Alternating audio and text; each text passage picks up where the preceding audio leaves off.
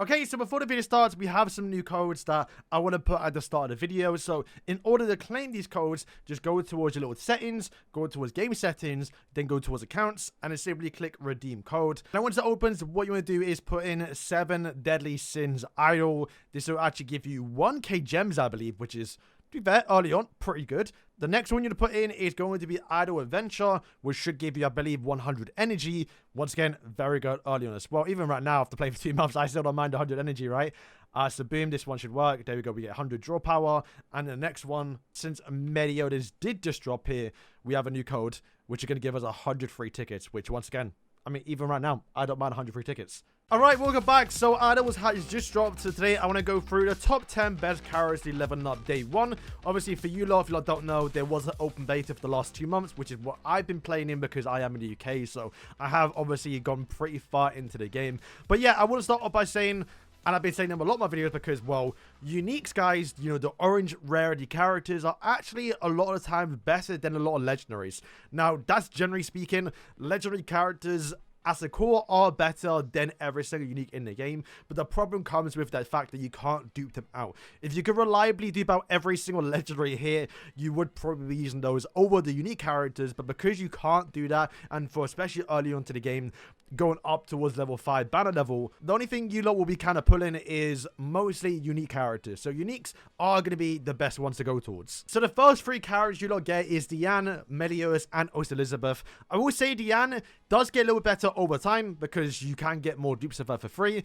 Elizabeth also in the same situation. She does get a little better over time because she's like one of 4 of like the epic characters that are actually pretty decent. She does get towards higher dupe levels very, very fast. As you see, mine's almost fully maxed out, so she does get a bit more stats and a bit more usable. So I would say later on she does get pretty better. Even right now I don't use it, to be fair, but I know when I was playing the game, especially progressing, she wasn't too bad. So she's not the worst character level up, but there will be a point where you want to focus more on DPS than surviving, so she will be in and out of your team, very much like Diana as well. She's not that great and sometimes doesn't tank as much, but however, Meliodas, the actual starter one, is actually very good, and he is one of few characters that do this feature. So yeah, Meliodas, Kayn, and also Arden are 3 characters that specialize in dealing more damage towards type advantage. If you look at their kit, all of their skill 1 or sometimes even the ultimates as well will deal more damage towards type advantage. Bear in mind, green characters already deal more damage towards blue characters, so when you have a move that deals even more damage towards blue characters, that's when you start to, you know, stack up their DPS. So for Meliodas, whenever you're versing blues, always by far, and to be fair, might even right now still be the best green DPS in the game, even up against some legendary characters, assuming you can't like dupe out Zarathustra, for example, right? So for me, Meliodas is still insanely broken, and the same goes for Kayn as well. Kayn has the same ability in a way, but has it both on his ultimate and also special skill, once again dealing more damage towards yellow type colors. So whenever you go up against yellows, Kayn is by far the best DPS. I will also add, Kayn might be the best unique character in the game in terms of DPS, and was, to be fair, the best red character in the game, probably until we just got Meliodas a few hours ago now. So, yeah, I will say Kayn is probably the best unique. Definitely get in and level this guy up because he's insane AoE damage, his insane red damage as well. It's just, yeah, too much. Level this guy up. Oh, so I think I just said he deals more damage towards yellow. He deals more damage towards green, just in case I messed up there. And again, Arden's kind of the same a little bit. Once again, he has a skill 2 if he crits. A little bit harder to activate in a way, but he does do more damage towards, obviously, strengths and more damage towards red characters. The ultimate is not the greatest. I will say he's probably the worst out of the 3, but these 2 right here are by far the GOAT. The next thing we'll talk about is characters that deal damage over time.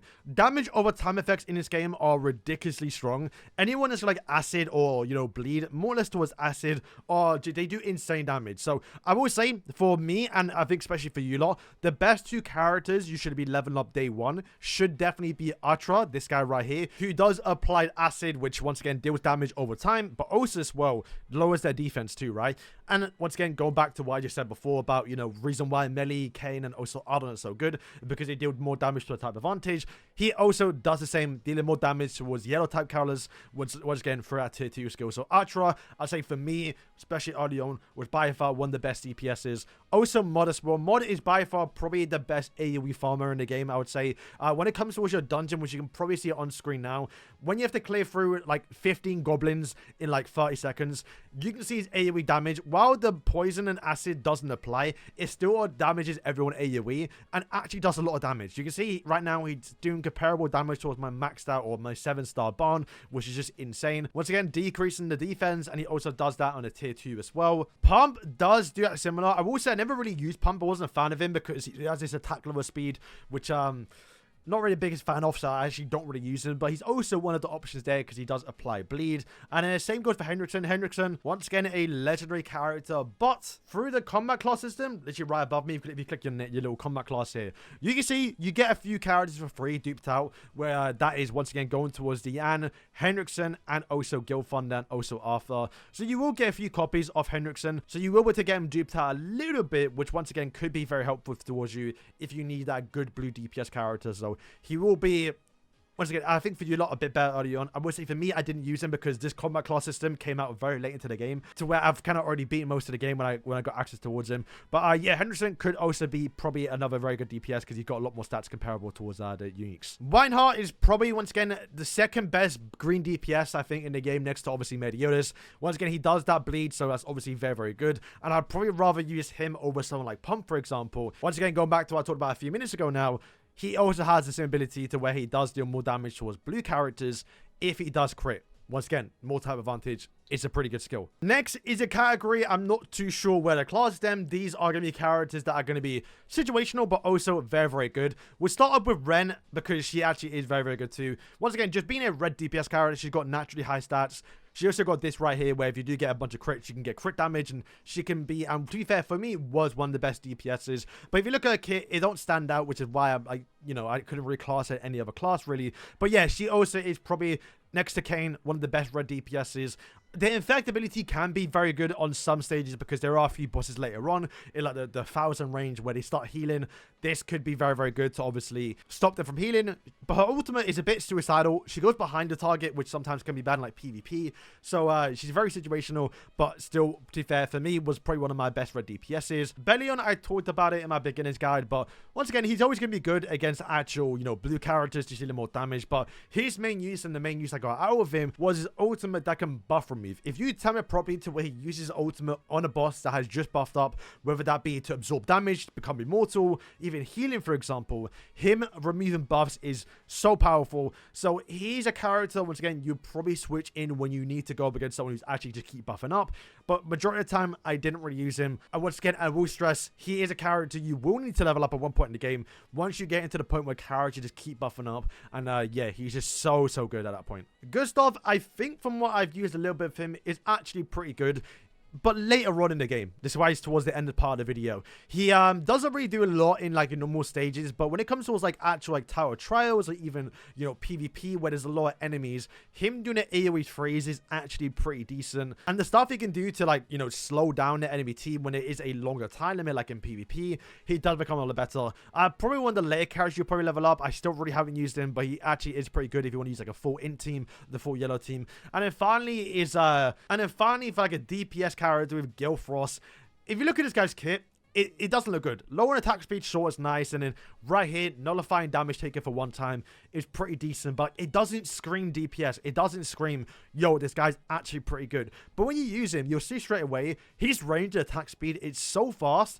He just does way more damage than he should have. Once again, in the same situation as Gustav, to where if you do use a full actual, int team, full yellow team, where you're getting like big buffs from Arthur, then he actually could be very, very good. But yeah, don't sleep on this character. For some reason, he just does insane damage for no reason when he shouldn't. So yeah, look out for this guy. All right, so moving into tank characters. So I do believe right now, Wario is probably going to be one of the best tanks for you early game, and it's for one main reason: super free-to-play friendly in a way. And same goes for Draw and Diane, we'll talk about in a second. But essentially right now they have a skill, and there's only a few characters in the game that have the skill where once they die they become immortal for 6 seconds. Now there's a few times where bosses can buff remove that it can be useful, but it's like 1 in like, it was like 10 in like 1,000 stages. It's not that important really, right? But generally speaking, becoming immortal for 6 seconds, if you are a legendary character like Diane and Draw, you become immortal for 10 seconds.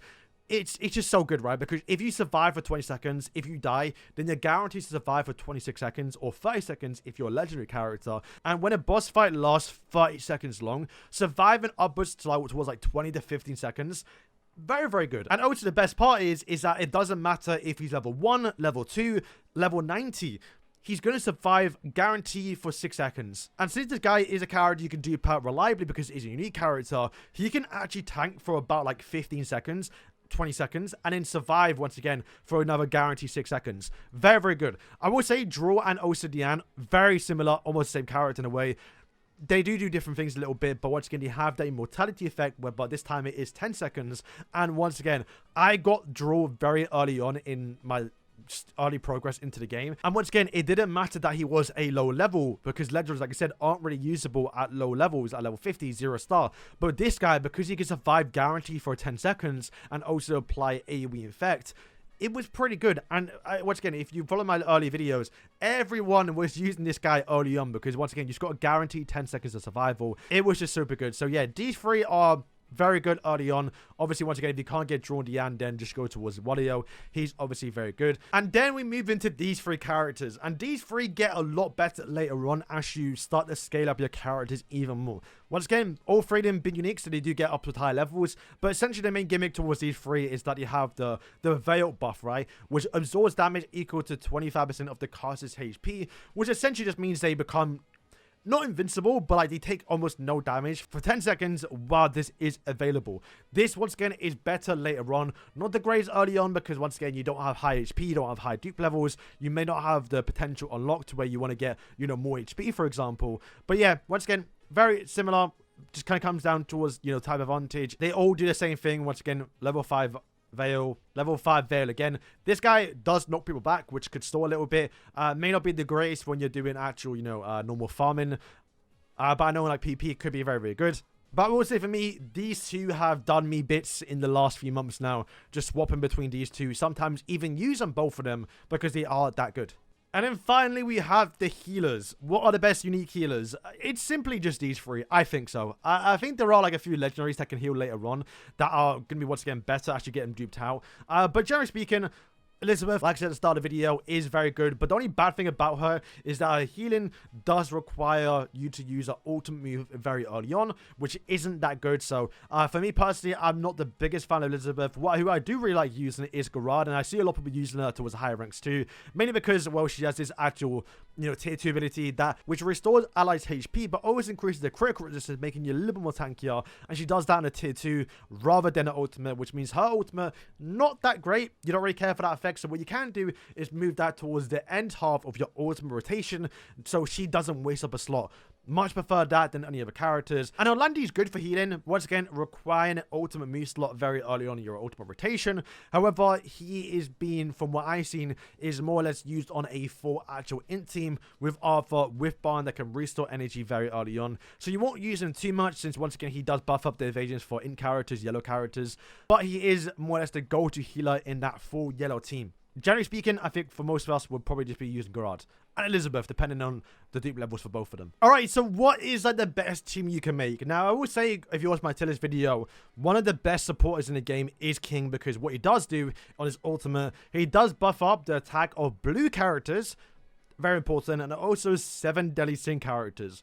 And I believe you can buy King for like £7, one copy of him in the actual, like, you know, premium shop a little bit, which I think is kind of worth it. I mean, you might with the pun later on anyway, but just to get one copy of King, very, very good. And he actually does become probably one of the best supporters because, once again, it doesn't really matter about his damage. Mine is now 2-star. Once again, I was using him at 1-star, 0-star for the longest time. He does the job, right? The only thing you really care about him is just buffing up the critical damage and also as well the attack damage for blues and also 17 characters. So what you want to do normally, generally speaking, is build a team mostly consistent of sin characters and also blue characters. So like I said, we got our tank here. You can go towards any other tank really, but once again, the survivability with immortality, very, very good too. We have Mod and Atra, since once again, those are 2 blue characters, so they're getting big buffs, which means they do insane damage. Like I said already, they do more damage with acid, so they're going to do a lot of damage too. And then Barn, once again, by far being the best legendary, the best DPS in the game. Not a character I expect a lot of you to max dupe and get very early on, but he's a character you definitely can use at a low dupe level. I definitely know he's powerful, even after like 1 or 2-star. He does do do a lot. But the big thing about him is that he is a Sin character, so he does get the buff from obviously King. And also, once again, Meliodas being by far the best green DPS in the game. Once again, a Sin character, he gets that buff from King. The only one he doesn't get buffed here is Kayn, but because he is the best red DPS character, or at least was, to be fair, I'd probably put in the new melee if you do get him, because then at that point, he does get the buff from King, and you actually can use 2 melees on the same team, which is perfect. So Kayn might have been replaced there, but you can use both of them. It's kind of fine. And yeah, that final slot really comes down to what boss you're going up against. So once again, if I need a healer, I'll put in Garrod. That's kind of what I do if I'm like dying too quick. If I need another green DPS, I'll go towards obviously Reinhardt. If I need another, yellow DPS, I go towards Arden. And then if I need someone to buff remove, once again, I'll go towards Bellion. So yeah, those are the best characters and teams to kind of build up a little bit and what you should be going towards. Once again, start building up blue characters just because in preparation of King, blues are going to be by far the best characters, but also level up a few others like the ones that I've named throughout the videos. So you have a decent mix of full color DPSs so you can swap some characters in. So yeah, guys, that is going to wrap up the video. If it did help out, help me out by leaving a like and subscribing if you guys are new. And yeah.